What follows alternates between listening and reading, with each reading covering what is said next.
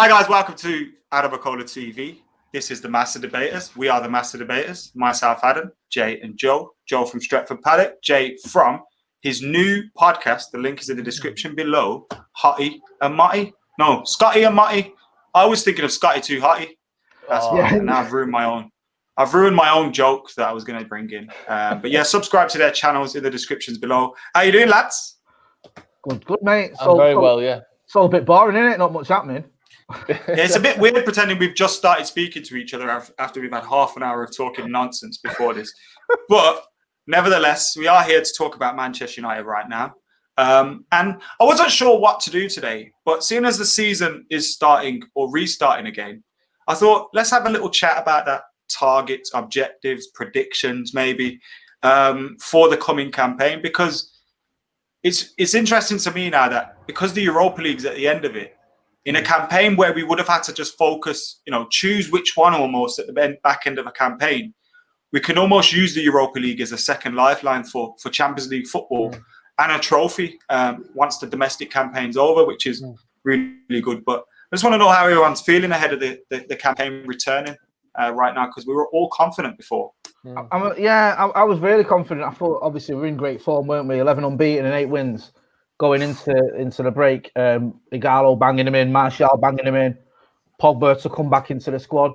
So it was a bit disappointing. I get why it had to happen, but from a football point of view, it was disappointing because we had all that momentum. But if you're going to be positive, one of the big positives for me, if restarting now, is that Marcus is back when he probably wouldn't have been playing in these games. So, I mean, to be honest with you, all right, I'm a little bit disappointed it happened, but I'm looking forward to seeing Marcus, Pogba and Bruno, Martial in the same team. I think any United fan's got to be your mouth's got to be watering at that prospect. But it's just that unknown element in it, because behind closed doors, the way things are going with training and everything, we have that uncertainty. If this was a normal scenario, I'd be confident we can get top 4 and win a trophy. But the way things are, it just feels a little bit like the great unknown almost. It's, my biggest fear is that, and this may sound a bit silly, but almost like an overconfidence. Like there's been so much of we've had this like good feeling at United for the first time in so long, or first time probably since the Mourinho second season or first season, where we actually feel like things are going in the right direction. Like you said, we had these 11 games unbeaten, and now not only are we taking that sort of feeling through quarantine or isolation, all that sort of stuff, they're coming back. We've sort of kept this feeling. We've now, like you said, we've got Pogba, we've got Rashford coming back as well.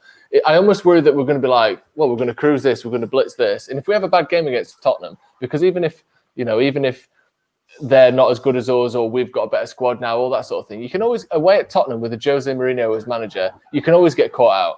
And if we have a poor game against them, that sort of house of cards that we've so sort of carefully built over the last few months, where we're finally, feel safe to sort of have a bit of optimism about the club again, that won't take a lot of effort to be blown down. So my biggest worry is we come back, Pogba, Fernandes, Rashford all in the starting lineup, and we lose 3-1, which could happen no matter what.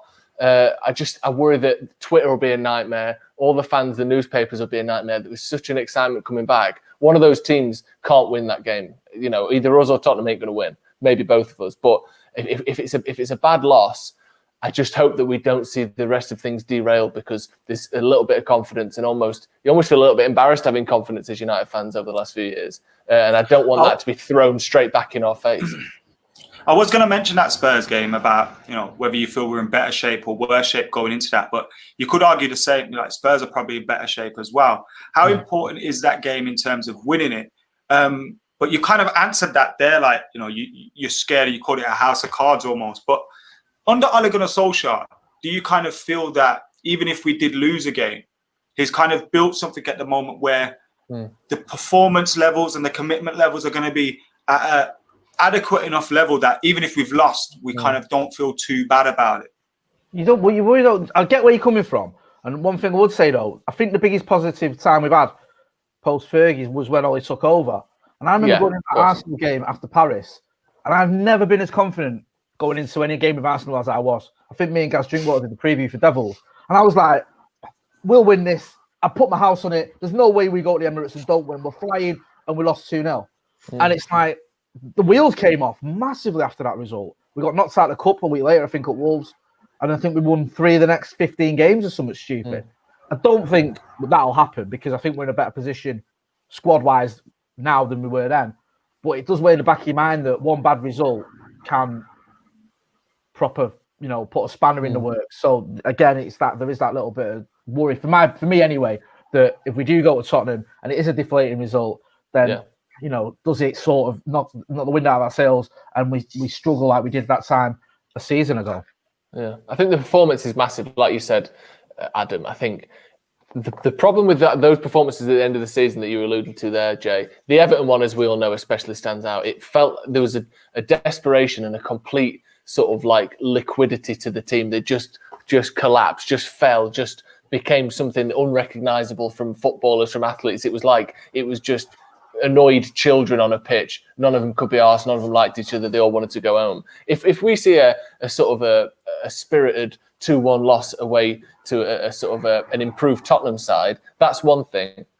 But if we get caught out like we did against Arsenal in that game that you mentioned, if we're 2-0 down after 30 minutes and Bruno's misplacing passes, Pogba's misplacing passes, Rashford goes off injured, obviously this is a worst case scenario. I just feel like the way Jose would rub things in as well, the way that, it's been such a long build up that I really do think it's a massive game, this Tottenham game. Again, if it's a close match and it's 2-1 or we lose 2-0 or something like that, but we were the better team or we just got outdone on the break or something like that, that's one thing.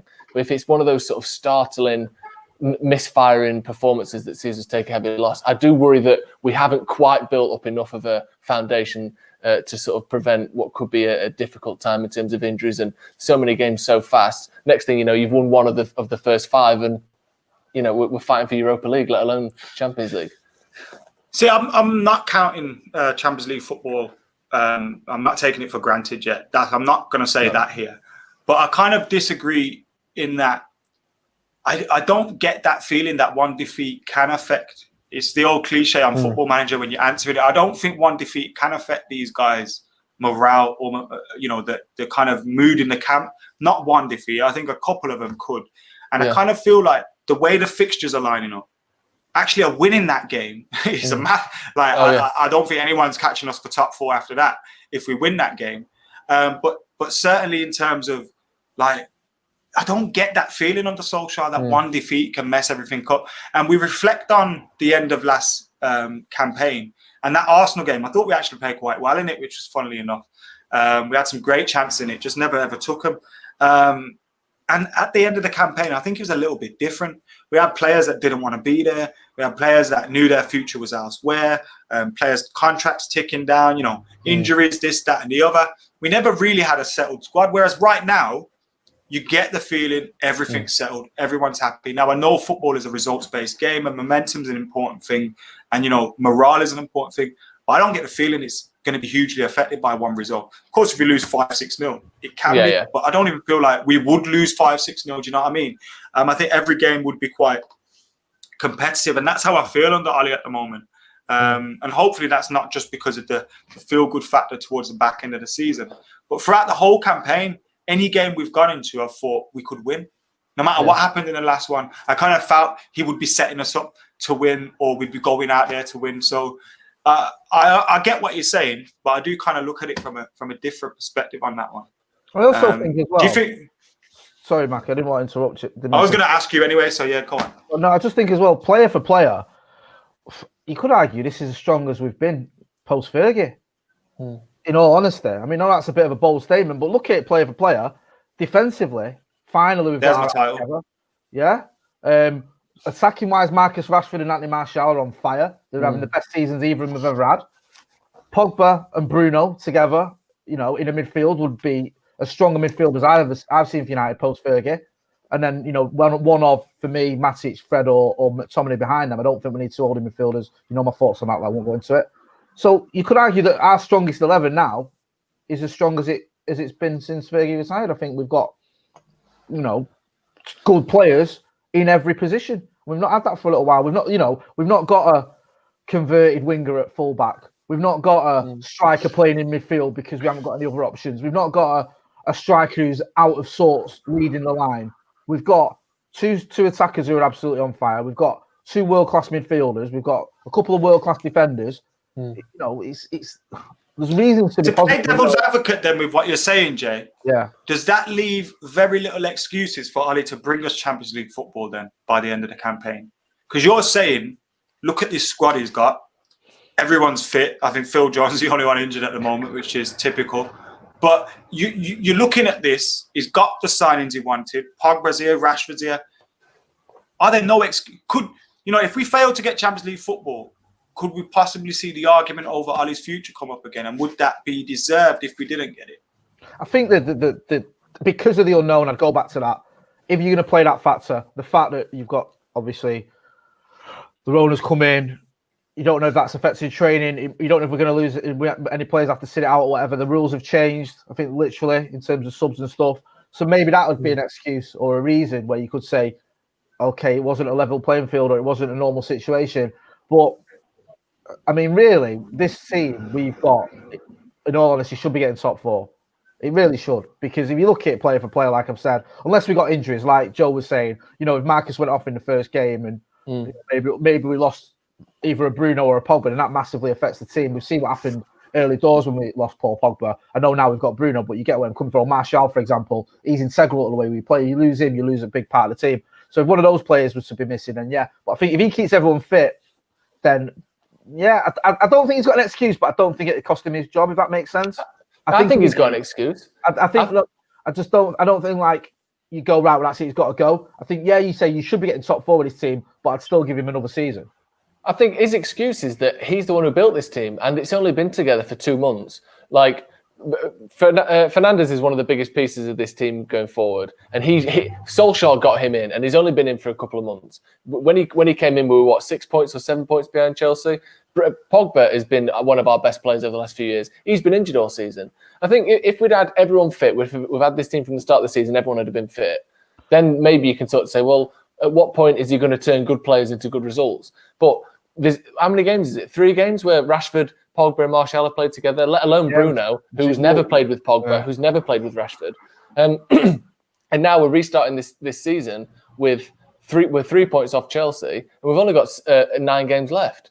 Now, I know that's not a huge deficit, but if we started the season with a 3-point points deduction, excuse me, you'd be saying, well, they might struggle to get top 4 because... And then some would say that's also a team we've beaten twice, Joe. It is a team we've beaten twice, but we've also lost to Norwich. We've dropped points to Sheffield United. We've lost to Newcastle. So we haven't had our full strength side out.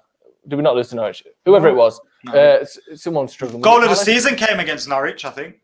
I get where you're coming from. We've lost to Burnley. We've lost to Burnley. That's what I'm thinking of. Sorry, yeah. No, but that doesn't. Like, what I'm trying to say is, these aren't my opinions. Like I said, I'm playing devil's advocate, and I just think like some people will say, "Well, actually, we finished behind Chelsea, but we beat them twice." Yeah, so that's his fault for not beating those teams. You know what I mean? It is against Sheffield United.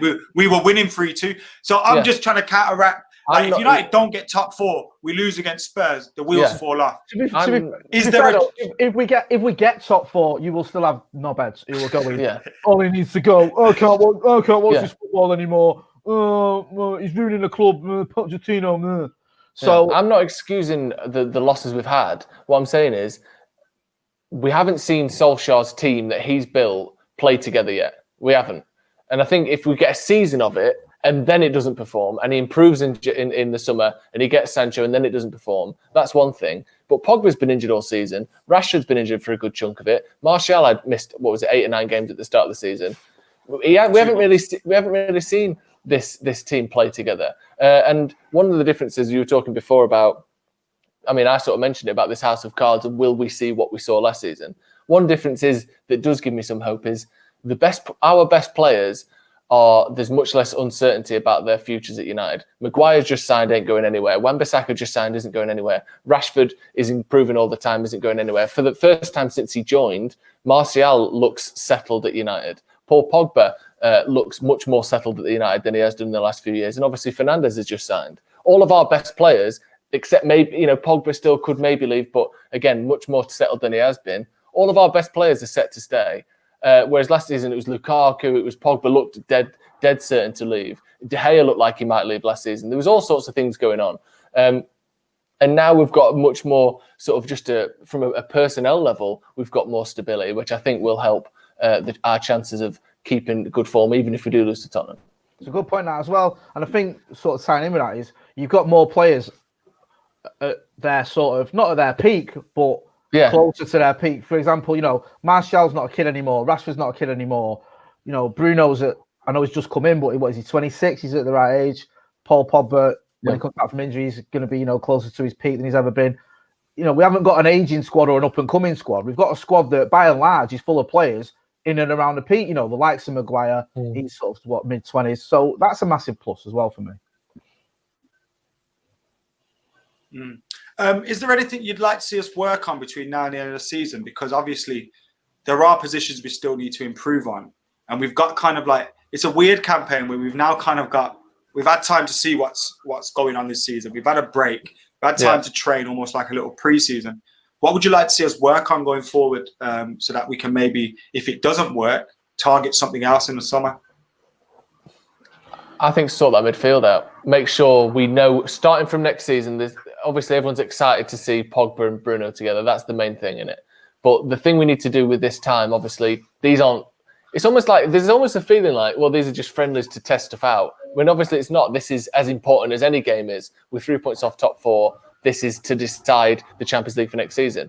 But we need to start next season knowing what our best midfield is, knowing what our best attack is, knowing what our best defence is. There's still, Brandon Williams is improving all the time. He looks to be an excellent player, but Luke Shaw has reclaimed that number one spot. Is he going to be number one next season? We need a more decided team. Since even under Ferguson, he liked to rotate a lot more than other managers. But the game seems to have gone where most of the top teams in Europe, I can tell you their starting 11. When everyone's fit, I can tell you with a sort of 70 to 80% certainty, here is how they will start if everyone's fit. Certainly Liverpool, you can. City, you can over the years. Real Madrid, Juventus, Bayern Munich, all of those teams, they've got a starting 11. I think United haven't had that in so long, often due to injury-prone centre-backs or injury-prone midfielders or not sure over strikers. But we need to establish what is our best team. We need to start next season well. And to do that, we need that assurity. We need to know who is going to play when everyone's fit. I think that's something that needs ironing out. 100%. I agree with that. I think the front three as well, I like to see Mason Greenwood, because of the front three, he's probably the one who's thinking, is Sancho going to come in? Have I got a fight to get into this team next season? When next season, I expected him to sort of kick on and get in there. So I think, if you do have Greenwood, Martial and Rashford up top, that's a strong front three, that. And I'd like to see how them three gel together. Because even if Sancho comes in, I think we still, we can still bring Sancho in, even if those three work together. Because you should have options up front. You shouldn't just have three strikers plus Igalo, or three attackers plus Igalo. So I'm excited to see Mason Greenwood anyway. But I think it'd be interesting to see how that works out. Because he's going to have to rotate a little bit, and that's why you've got Igalo. But when he does, and you've got Daniel James who can come in as well. But I think with Mason, Rashford, and Martial, I think they all offer something different there. And I think that as an attacking sort of trident is something I'm excited to see, and I think that's something that could work on as well. I don't want to keep going on about the Scousers, but you mentioned them. We've seen how Salah, Mane, and Firmino have gelled together, sort of progressed, and that's worked. And I think we could see something similar with the attacking options we've got. Yeah. Definitely. What I like about, I mentioned it before, is that if we don't get top four, you got Europa League separate. So we're not having to rest players to save them for the Premier League or vice versa. We don't have to target one or the other. So that's kind of worked in our favour. But do you have any particular, do you feel like we're going to get top four? We don't even need to focus on the Europa League. Like how are you guys feeling at the moment? I know fifth could possibly get Champions League, but we can't count that yet, can we? It is like that. It's like the Champions League gulag, isn't it? Where it's like, yes, you haven't made it in through the top four, but now here's your second chance. If you do it through, can I say something? Europa League. I've seen the word gulag all over Twitter for the last, I don't know what it is. I'm not a gamer either. I'll tell you, I'll get it into you. Right, so Call of Duty Warzone is a game where you'll get it into you, said Joe. I'll get it right into you. Call of Duty Warzone is a game where you land on a big battlefield and you have to be the last man standing, everyone's shooting each other. But if you die before the end, you get sent to this gulag, which is like a little one-on-one fight. And if you win that one-on-one fight, you get sent back to the battlefield. So it's like a little second chance, which is what I was suggesting. It's like where you go if you don't go to heaven or hell. What's it called? It's a little purgatory. Yeah, it's an army purgatory. Right. Yeah. Whereas that's essentially what the Europa League is for United. Yes, you want to just win it. You want to get in the Champions League by getting top four. But if you don't, we'll give you the second chance in the Champions League gulag known as the Europa League. So if I was to put Gulag into my title of this video, what would I call it? Is the Europa League, the Champions League Gulag, something like that? Yeah. United's Gulag. United sent to the Gulag. Something like that, I don't know. Something like that. Yeah. I mean, you can risk it however you want to do it, but I'm not titling this when it goes wrong. That's how you proper just jump on bandwagons to get clickbaiting that up. Do you know what I mean? Yeah, man. I think I've already got your best pod since Fergie. Use that.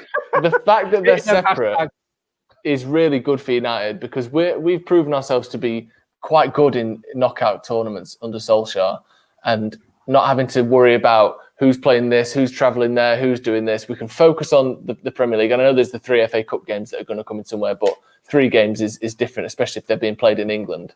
You don't have to worry about the travel or this person's not so good at that. We're going to leave this, but you can just focus on that and then focus on that. I think that suits United a lot, especially with how good we have proven to be in knockout tournaments. Yeah, you'd want the Europa to be like the icing on the cake rather than we need to go and win it. Although at Stockholm, we were there with Michael last time round, and it was like, yeah, man. Jose put all his eggs in one basket in February. He more or less started resting players in the league and going, Europa League's my sort of gateway to Champions League. I'm just focusing on that. And obviously, Ollie's not going to do that. And as we've all said, we've got the team, we've got the squad where we can challenge the top 4. And I expect us to get top 4, and being brutally honest. I think we probably will. But yeah, you think that if we do that and we're still in the Europa, then you can go that and that can be like, an end of season party rather than a make or break game where, if you lose it, next season's going to be starting off on a bit of a sour note.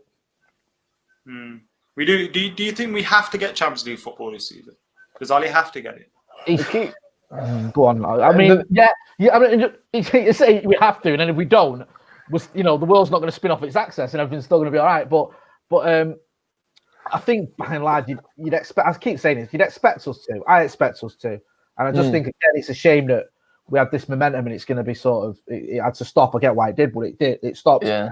But I'd be massively disappointed. Sorry, if we didn't, because I think if you look at our team, the teams around us, yeah, we should be getting top 4. Yeah, and even with these excuses, and I get the valid excuses. It's a new team, and the circumstances we're in, we've never seen anything like it before. But the 11 players we've got to choose from are better than those around us, and I think the teams around us, and I think we should be getting top 4 definitely. And something I'm a bit not annoyed with, but I always just think when people are like, "Oh, if we don't get top 4, we might struggle to get our transfer targets," and you're like, "Yeah, but I also just want to watch us play in the Champions League. Like, I don't really care if it stops us getting this player or that player. The point of supporting a team is to want them to do well. I want United to be in the Champions League. I want United to play against Real Madrid. I want United to have a chance of winning the best trophy in the world or the second best trophy in the world after the league. Like, it's another season of having to watch crap football, isn't it? Rather than, Sancho might not join. Who cares? Like, if he don't join, even if he does join, you're just watching Sancho play the worst tournament. I think that's a bit of a myth anyway. I know people say, you don't get Champions League, you can't sign players. I mean, like Yaya Toure and David Silva will go to City without Champions League football. We signed Ibrahimovic with no Champions League football in the twilight of his career. Do you know what I mean? It's like you can still get signings made if you want to come to your club, regardless of Champions League football. But like and the money and the players we're kind of trying to target are the age where if you're coming to United, you're expected to get us in the Champions League anyway. It's not like you got one season left in you. Exactly. Jadon Sancho, he could be here if he comes for another 10 years. So, no, but I'm with you. It's okay. You can get excited about going to LASK or whatever and Astana, but it's not the same as playing Juventus and Real Madrid, is it, really? Come on. No, it's good. I want that. Like, if we'd have beat, who would it be? Like, Heerenveen, how we beat PSG. Would that be one of the best nights since Ferguson retired? Do you know what I mean? It's just, we came back against, Rotterdam or someone. Do you know what I mean? You just think the reason that mattered, the reason that was so good, the reason that was we would have been in Holland.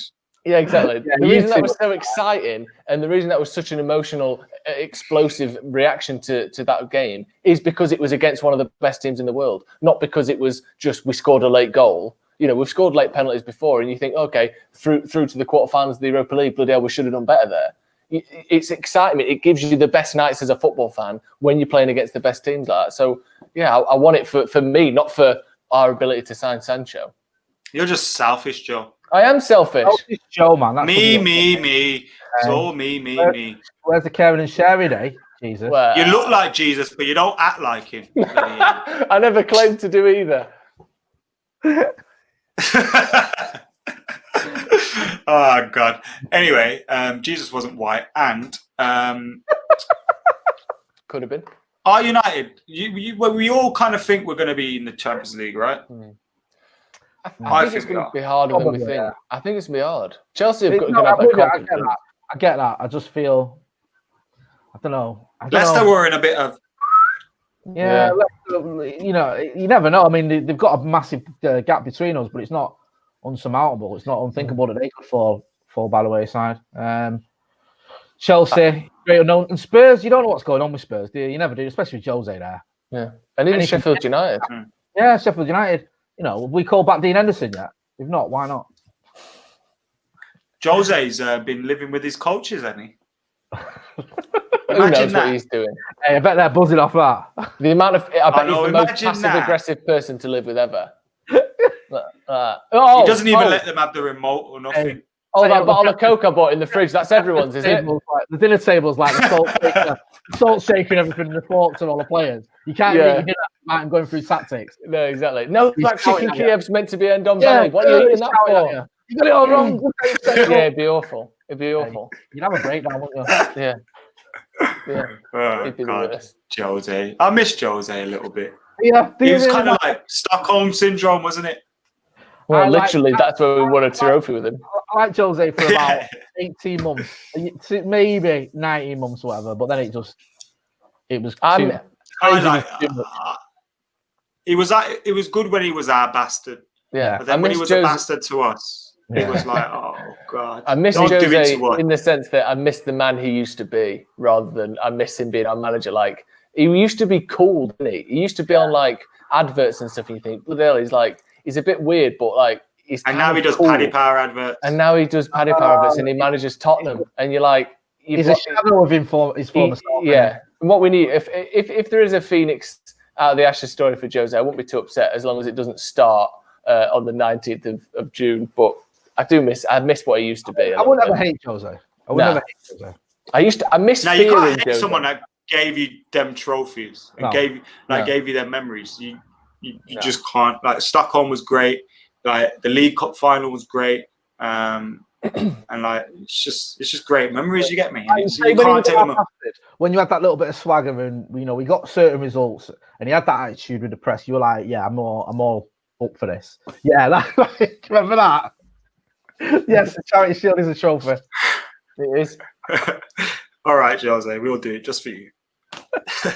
Herrera was the only one that listened. That's what I was about to say. Him and Herrera was a great combination, wasn't it? That was just like the biggest shithouse as a manager and the biggest shithouse as a player. And the same team together was perfect. And that gif of Hazard going around an invisible corner and Herrera just following the exact same footsteps for no reason.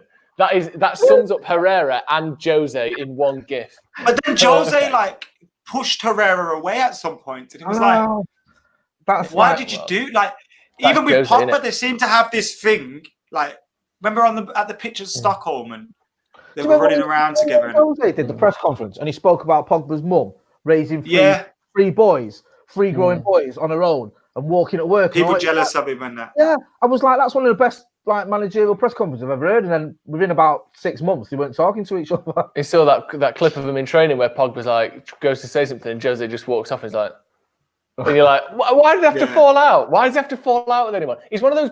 Jose's one of those people. Do you know when you've got some mates who, when they've got a girlfriend, they're always in relationships where they're just screaming at each other all the time. You're like, do you even like this person? Why are you still with them? And he's like, nah, I love her. I love her so much, mate. If she left me, I'd be devastated. That's what Jose's like. He's like, do you even like these players? He's like, they're my children. If anyone touches them, I'll kill them. But I'm the one that falls out with them all the time, always screaming at each other. Very weird relationships, Jose has, isn't it? Very weird. Yeah. It is. God bless Jose. Hopefully, do you think we'll beat Spurs? I know it's not a Spurs preview. If I get asked for a score prediction, 12 days. Well, how many days? 9 days to go. I personally think it might be a bit tentative from both teams with everything that's gone on. And I think it might almost be sort of that subconscious thing where a draw's all right for both teams, and we end up getting that. I hope I'm wrong. win, obviously, but I'll go with a 1-1. I was going to say 1-1, but for the sake of interest, I'll go. I think United have got a better chance of winning than Spurs, surely. I think there's going to be a lot of goals there. Yeah, I think it could be 2-2 or 3-2 United. I'm a little bit concerned that Luke Shaw's been banging him in training. I don't know whether that's a good thing or a bad thing. Like, I know for a fact his descriptions of his goals are totally like. Do we need to be worried there? Remember, you know when you're in something and you remember it different because you were in it. Like, yeah, he thinks he's like Ronaldinho. Bruno flew the ball over and I caught it on the volley. Fuck.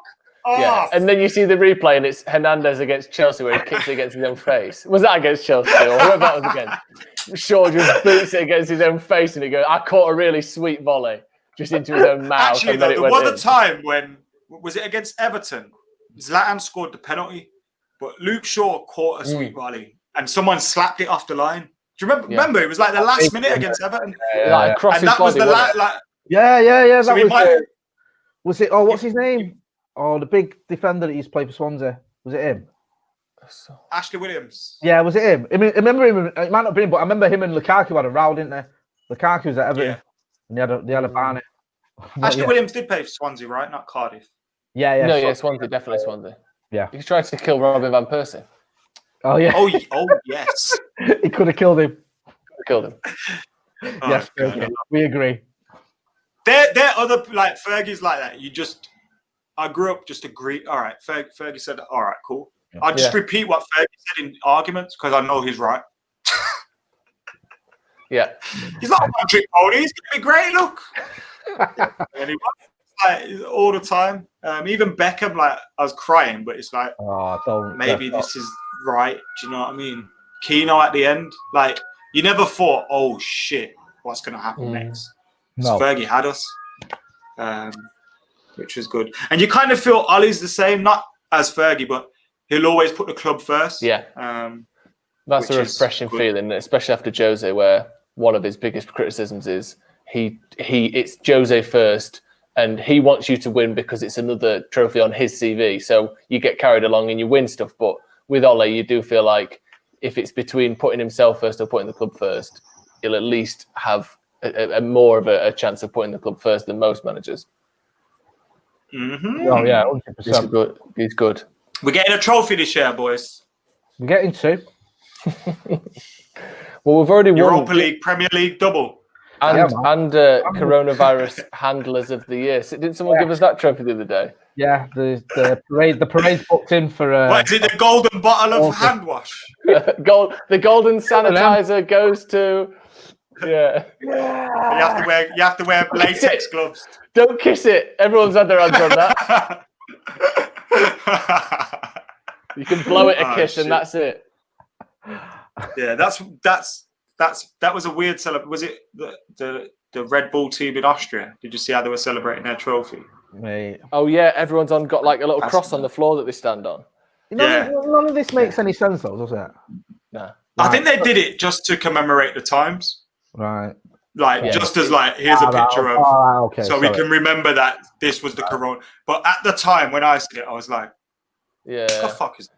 It's almost like a historical document. It's kind of cool to have it, but yeah, it don't make sense from a hygiene or thing level, does it? Our final's gonna be a final one there.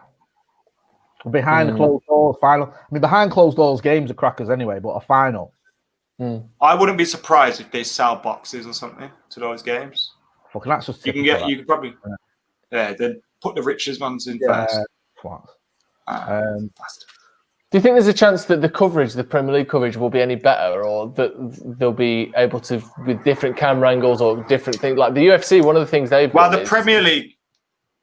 Go on, sorry. Well, they're not in big stadiums anymore, so they're in like smaller areas where they can kind of have different camera angles, different access to stuff, because it's not based around the fans in the stadium; it's based around the fans at home. Yeah, I read something about this. So the Premier League asked for cameras in changing rooms, cameras on the sideline, interviews at halftime, and some things were knocked back. So they've been given certain things. They've been given, but the football clubs. I mean, you just look at United with Amazon. We didn't let City's Amazon into it. United would be very, very against something like that. Yeah. And I think a lot of football clubs would think like that. Like, we don't want people in our dressing rooms listening to what's being said or anything. And you kind of, you don't see what, you don't, like the Premier League clubs don't want you to see what Ollie's like behind, Man United don't want you to see that because, or they don't want you to hear those things. Which is unfortunate. I wish it was a little bit more like America in that. I was going to say, yeah, in like NBA and NFL and that in particular, they have go into the dressing room before matches. They have people interviewed at halftime. They have like people stood. Like in America, they'll have a camera on the coach who's reading out plays and stuff. You're like, surely they can just hear what tactics you're about to use, and they'll be like, it's mad. Yeah, it's awful for the fan at home. You remember, like in '99, Fergie used to do interviews in the second half.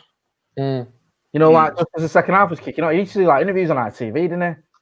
Like, and you forget that. Sometimes they do it for radio in the tunnel as they were walking out. Yeah, imagine that right now, like Ollie just giving a quick interview just as the second half's kicking off while the game's on. But if you see from the semi-final against Juve from that '99 season and the final, there is dressing room footage. But it's like who's recorded that? Like, was that United for their own personal, like just archive footage, or what was that like? Because that content would be worth an awful lot of money to someone if like Netflix or someone bought it. They could do a lot of shit. For the Michael Jordan style documentary, The Last Dance. Or I'm Roy Keane. That'd be so good. I'm Roy Keane. Yeah, mate. What would it be called if Roy Keane had a doc? Yeah, The Last Tackle. Yeah. That'd be so good. Imagine if they just said, "Oh, just so you know, in that '99 season, we actually the did final whistle." Yes. Yeah, that'd be so incredible, wouldn't it? The last we actually have done it. On the Promised Land, you ungrateful git. You what? Beyond the Promised Land. You don't remember that? But that was just the follow us just as we won the treble. You kind of got the back end of the treble, the parade, the Club World Cup, and all that stuff, which is pretty good. If you haven't seen Beyond the Promised Land, go check it out. But yeah, guys, thank you for joining us today. We have been rattling on for about 2 hours. Only 40 minutes of it has been recorded, which hopefully nothing illegal has been said. And yeah, make sure you're subscribing to Scotty and Marty. Make sure you're subscribing to Stretford Paddock. Subscribe to AdamMcKola TV. We've hit 81 members now as well, so we're about 19 away as I speak. And the latest member is Eamon G. So thank you to Eamon G and McKola for joining AdamMcKola TV. Help us hit 100 by the end of the month. And for now, I've been the master debaters. Any final words, lads? Just bring it on. I'm looking forward to seeing Luke Shaw volleying him in. That's what he's all about now. Luke Shaw looking like Zidane in the Champions League final. That's what I'm looking forward to. Bring it on. On that note, we're out of here.